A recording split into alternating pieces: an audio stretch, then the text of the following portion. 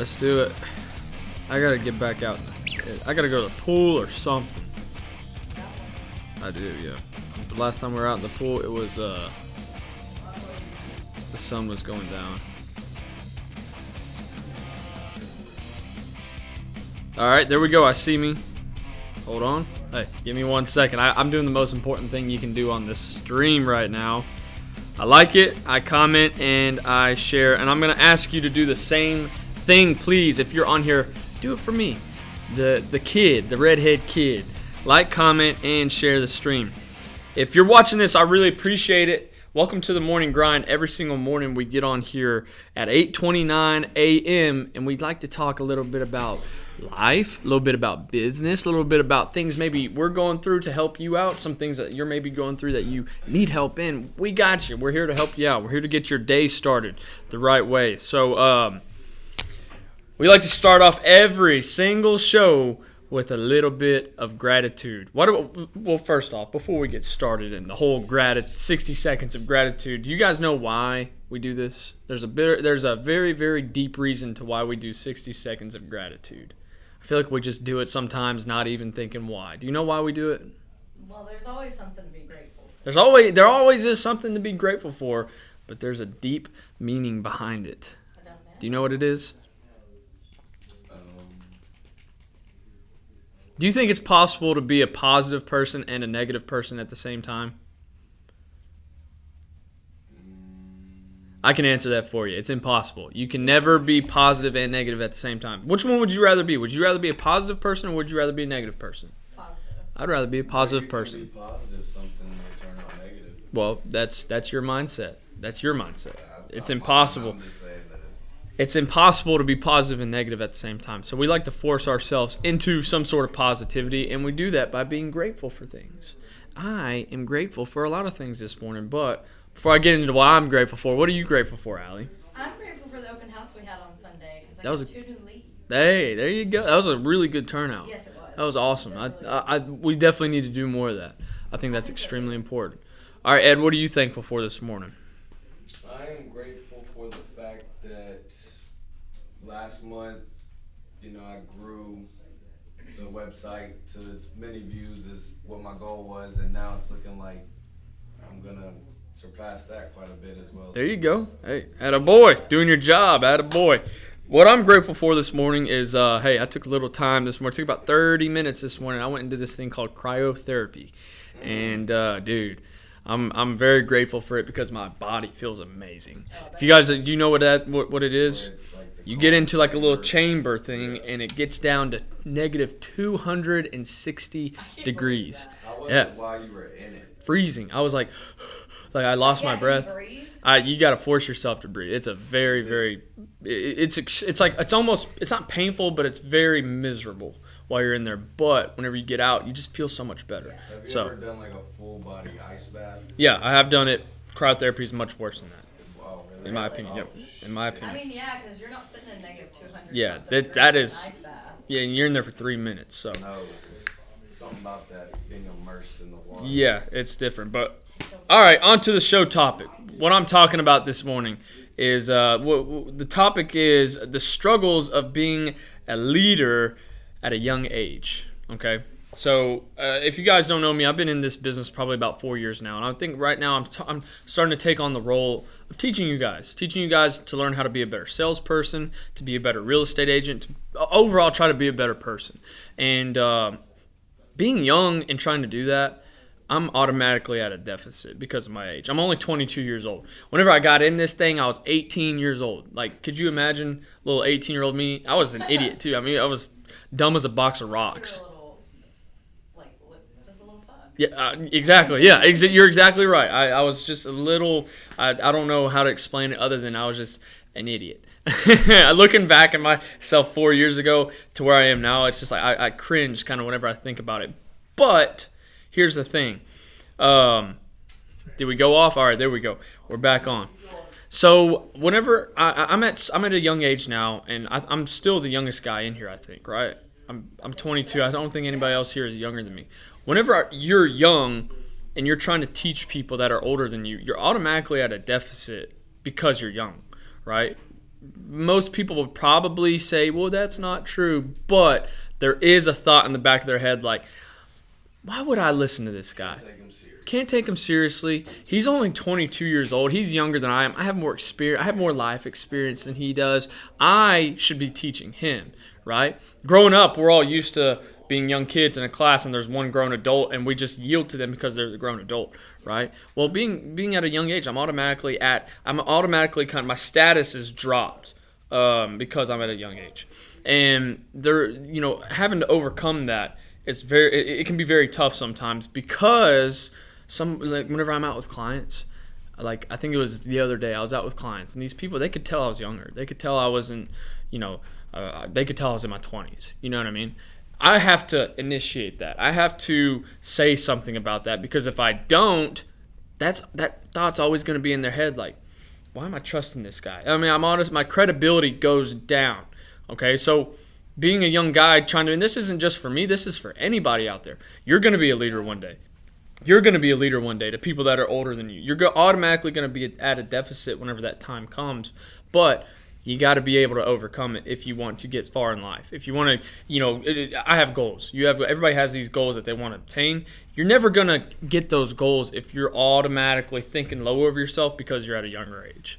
And that's the number one thing that I feel like I had to overcome, especially getting into business as soon as I did. I was like, being 18 in the business, your confidence is really attacked. Right into the trenches. Yeah, exactly. It's like I jumped off the deep end almost. Yeah. I didn't know how to swim. Yeah, I jumped off. Jumped off the deep end. Didn't even know how to swim.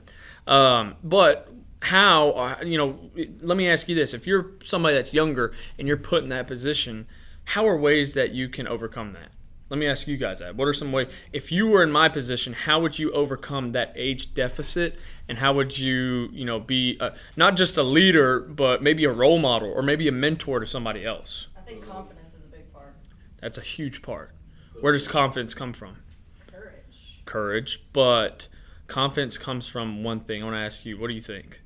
Courage comes from... No. What do you think? How are ways that somebody younger can fill in that gap of being, somebody younger that's trying to teach older people? How can they automatically gain their credibility back even though they're at a younger age?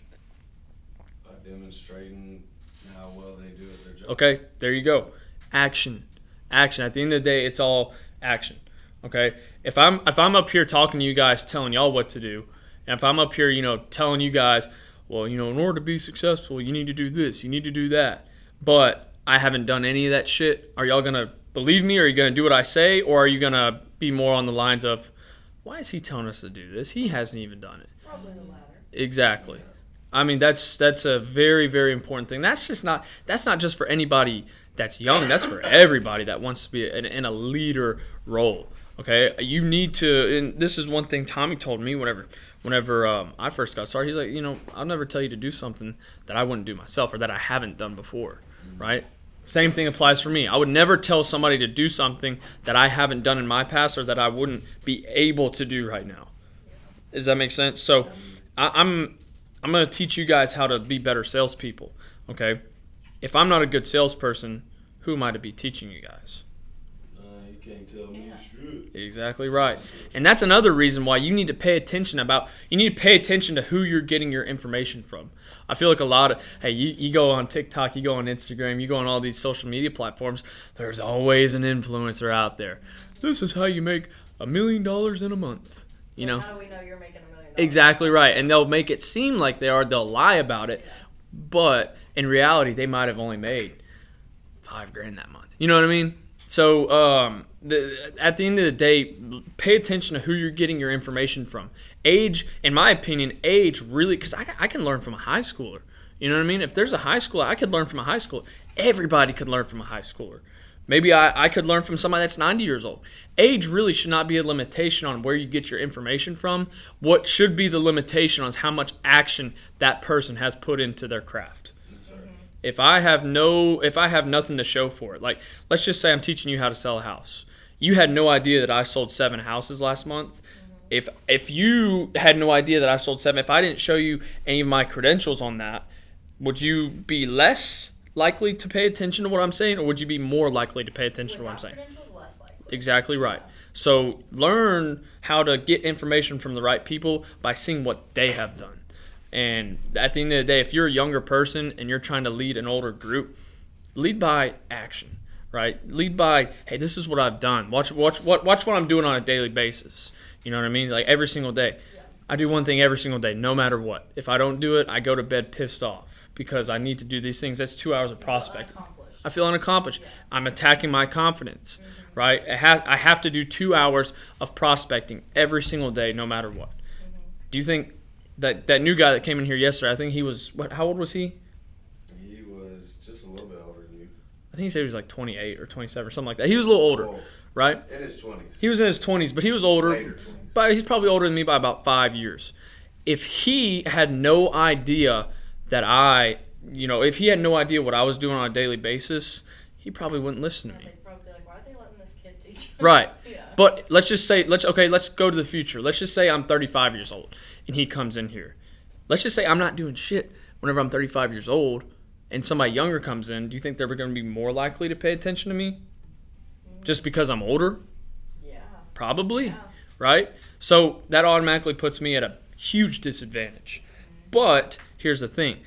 Let's just say he spends 2 hours, or let's just say he spends the day with me and he sees what my daily life looks like. At the end of the day, do you think he'll be more likely to pay attention to what I have to say? Definitely. Right. It's kinda Exactly. like, before you see someone play basketball, if you're picking teams, you're probably going to go with the dude that's 6'5" rather than Yeah. Exactly right. 5'8". That's a good analogy. I'm gonna go if I'm playing basketball, I'm gonna go with the taller dude because hey, he's closer to the rim. Yeah. But that doesn't mean he's a good basketball player. They may not be able to walk Okay. and chew bubble gum. I'm looking at the shortest dude like, man, he probably ain't good at basketball, but he has He could be the best. exactly. He has a potential to be the best. Yeah. Same comparison to this whole age thing. If I'm a young guy, that doesn't mean I'm the least experienced. That doesn't mean I hadn't been put through some shit.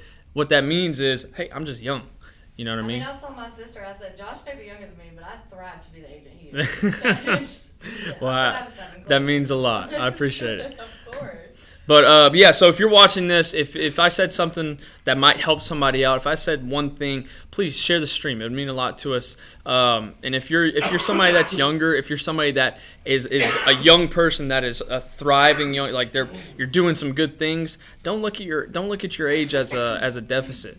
Look at your age as a deficit. Don't look at it as like I'm not able to teach anybody. Put your actions into what you're doing and lead by example. That's what I would say. If you're a younger person, try to lead more by example in what you're doing rather than, the words you say or anything like that. So, hey, hope everybody enjoyed the show. We will be back on here tomorrow morning at 8:29 a.m. And, hey, I hope everybody has an amazing day. We'll see you guys then.